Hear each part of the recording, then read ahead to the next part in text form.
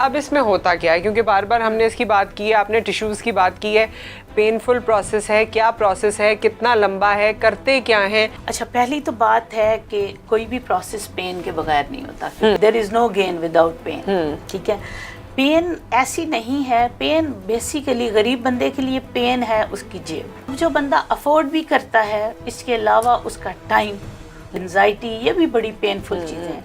लेकिन physical torture या pen वाली इसमें कोई बड़ी बात नहीं है, ना ही हम इसमें कोई एनेस्थीसिया वगैरह देते हैं। एक्चुअली हम ना टिश्यू लेते हैं, ब्लड लेते हैं पेशेंट का, आम तौर पर फैट सेल्स लेते हैं। कुछ लोगों में हमें अगर फैट से ना मिले तो हम उनका बोन मैरो से भी लेते हैं, लेकिन bone marrow is 0.1%।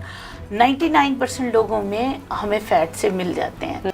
Local anaesthesia में फैट का ग्राफ्ट ले लेते हैं, उसको नैनो फैट में कन्वर्ट किया जाता है, फिर उसके बाद उसमें से हम स्टेम सेल को निकाल लेते हैं।